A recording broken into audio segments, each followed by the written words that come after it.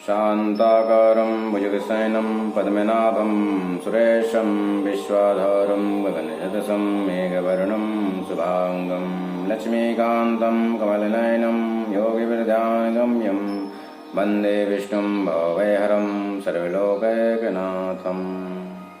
बोलिए सच्चिदानंद भगवान की जय, बोलिए वीर बजरंगी की जय। सज्जनों, आज अपरा एकादशी है। ज्येष्ठ मास की कृष्ण पक्ष एकादशी को अपरा एकादशी कहते हैं। अपरा एकादशी का महात्म्य बहुत बड़ा है। इसका महात्म्य ये है कि एक बार राजा युधिष्ठिर भगवान श्री कृष्ण ने पूछे कि अपरा एकादशी का क्या महात्म्य है, भगवान आप मुझे कृपा करके बताएं। तो भगवान श्री कृष्ण ने महाराज युधिष्ठिर को बताया था कि किसी भी प्रकार का कोई पाप हो, गुरु से झूठ बोले, गुरु की निंदा करे या किसी की भी निंदा करे, पिता की निंदा करे या और भी किसी भी प्रकार का पाप हो, उन सब पापों से निवृत्ति अपरा एकादशी के व्रत करने से हो जाती है।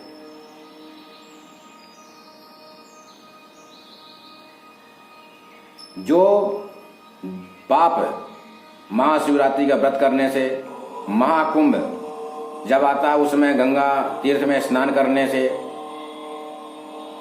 जहां जहां कुंभ लगता है,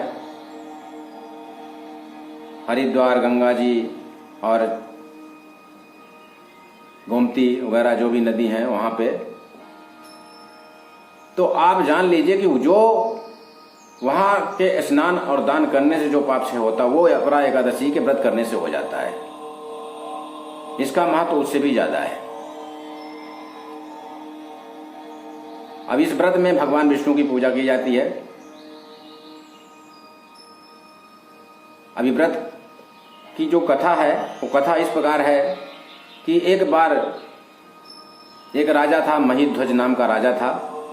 उसका एक छोटा भाई था वज्रध्वज, जो अपने बड़े भाई से बहुत ही ईर्ष्या करता था और हमेशा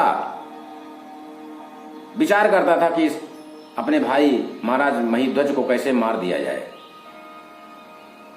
और एक दिन वो समय आ गया जब वज्रध्वज ने अपने बड़े भाई महाराज महिध्वज को मार करके, उनकी हत्या करके एक पीपल के पेड़ के नीचे गाड़ दिया। अब वो अकाल मृत्यु होने की वजह से महिध्वज एक बहुत बड़े प्रेत बन गए और वहां के आसपास के लोगों को तरह तरह के उत्पात करते थे, जिसकी वजह से लोग भयभीत रहते थे। एक दिन धौम्य नाम के ऋषि वहां से गुजरे और गुजर रहे थे तो वहीं पीपल के पेड़ के पास रुक गए। अब महिध्वज जो प्रेत था वो उनके सामने भी आया। उन्होंने पूछा कि ऐसी तुम्हारी दुर्दशा क्यों है, लेकिन उनको तो ये सब पता नहीं था। तो धौम्य ऋषि ने अपने तपोबल से ज्ञात किया कि इसकी दुर्गत क्यों हुई, कैसे हुई। उनको पता चला कि महाराज महिध्वज हैं और इनके छोटे भाई ने इनकी हत्या करके पीपल के पेड़ के नीचे इनको गाड़ दिया है। अब वो धौम्य ऋषि जो थे, बहुत उनके अंदर से करुणा आई, बहुत दया आई। उन्होंने महिध्वज को मुक्ति का मार्ग बताया और स्वयं यही अपरा एकादशी का व्रत किया उन्होंने। और अपरा एकादशी का व्रत करने के बाद द्वादशी के दिन विधिवत विधि पूर्वक पारण किया और पारण करने के बाद इस व्रत का जो फल है महिध्वज को सौंप दिया। और इस व्रत के फल से महिध्वज पाप अपने प्रेत योनि से मुक्त हो गया और स्वर्ग को चला गया।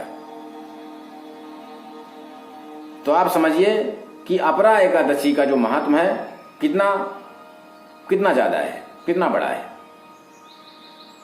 इसलिए अपरा एकादशी का व्रत तो ठीक है, लेकिन जितनी भी एकादशी हैं उन सारी एकादशियों का फल आप व्रत करें और उसका फल प्राप्त करें। एकादशी को मोक्ष प्रदायिनी कहा गया है। एकादशी का व्रत करने वाले व्यक्ति को पाप नहीं लगता और पाप जो करता है वो पाप से मुक्त हो जाता है और सीधे मोक्ष को प्राप्त होता है।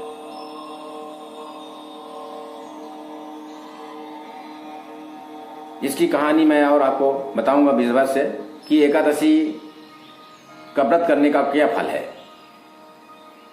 अभी मैंने आपको एकादशी के अपरा एकादशी का फल बताया है। फिलहाल अपरा एकादशी का फल आप लोग जानें और एकादशी का व्रत आप जरूर करें।